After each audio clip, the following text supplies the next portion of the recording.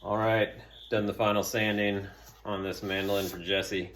Next step, I'm gonna do a very light wash coat of color just to see if there's any like little scratches or anything that I missed. And then I'll correct those, and then I'll do the final color. So what I do is I just use denatured alcohol. I have these little containers, just a t-shirt, and then I cut off different sizes to help apply the stain, and then I'm just using one of the stains from StuMac. I've already mixed a bunch. I just do a super diluted and just pour a little bit at a time just to prevent or avoid wasting. I already did the headstock just to get an idea.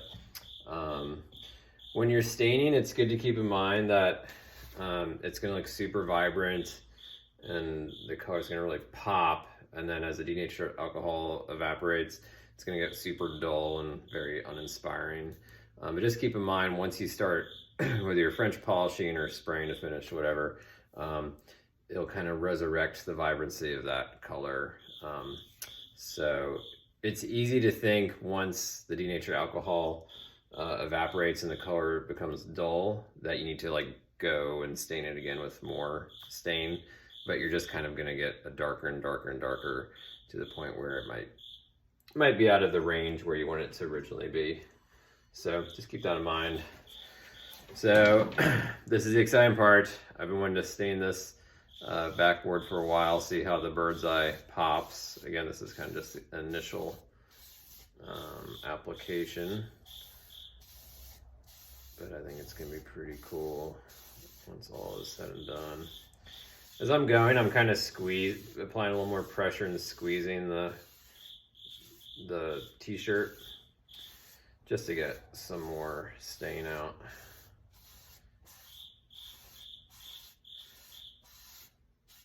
You can kind of see this is kind of already gassing off. That looks pretty cool. Again, different lightings will look different. I'll just kind of go, there's a whole instrument. Pretty not high tech.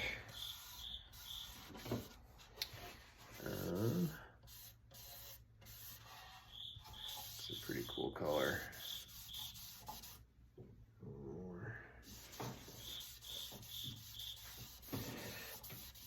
It's so tempting at this point just to kind of stain it all the way, but I've been down that road before, and then you see a scratch and you're like, oh my god, I'm gonna sand this and restain it, and that's always just this mess.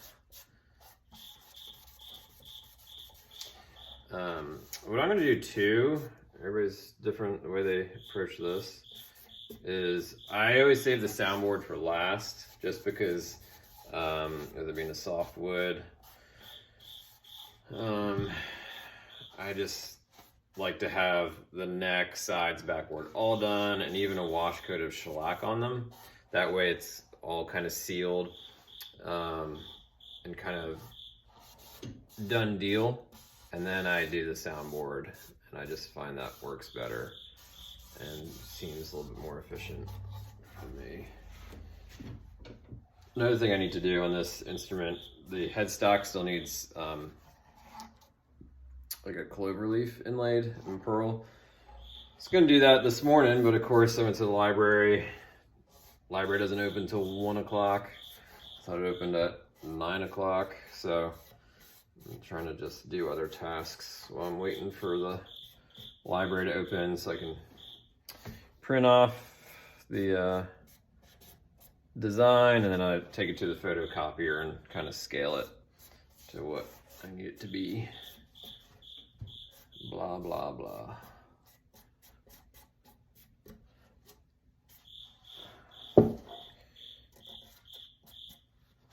Alright, so you can see the back is all gassed off now. It's a lot different. It's always awesome when you hit the headstock on the light too. That's really great. So yeah, I think that's. I'm not going to take this any darker right now. I'm going to go over it and use Optivisor and see if there's any scratches, anything to kind of fix or sand out or adjust, or maybe even like carve a little bit differently.